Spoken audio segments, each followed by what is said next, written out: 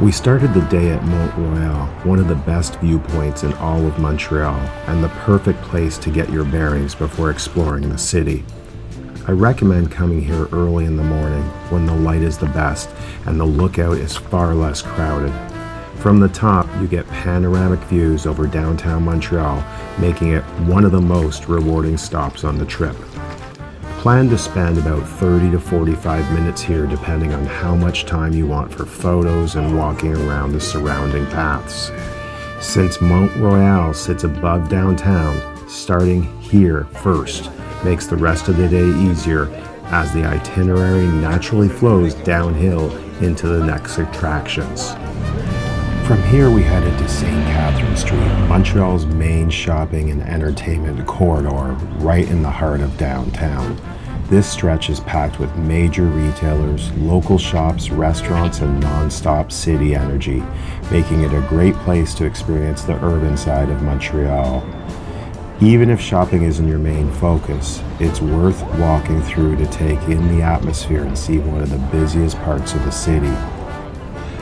Right nearby is the Ring, one of Montreal's most recognizable modern art installations and a quick but worthwhile photo stop in the downtown core.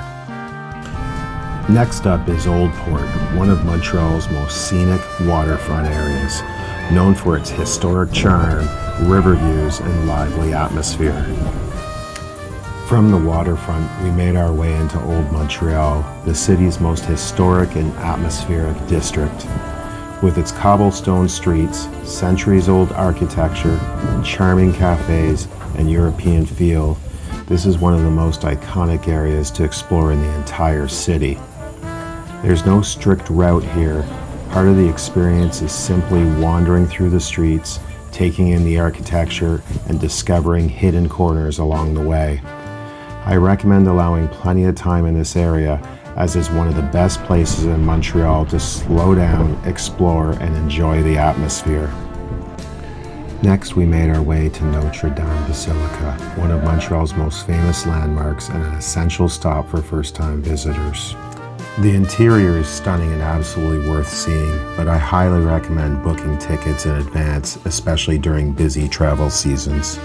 We then headed to St. Laurent Boulevard, home to some of Montreal's most famous murals and one of the city's best areas for street art.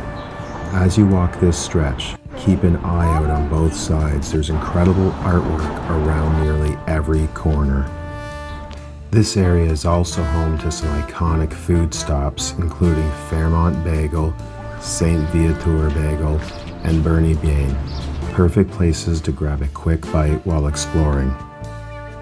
Next, we visited Atwater Market, one of Montreal's most popular public markets and a great stop for food lovers. Inside, you'll find fresh produce, baked goods, local specialties, and plenty of options for a snack or casual lunch while exploring the city. And that's just part of the itinerary.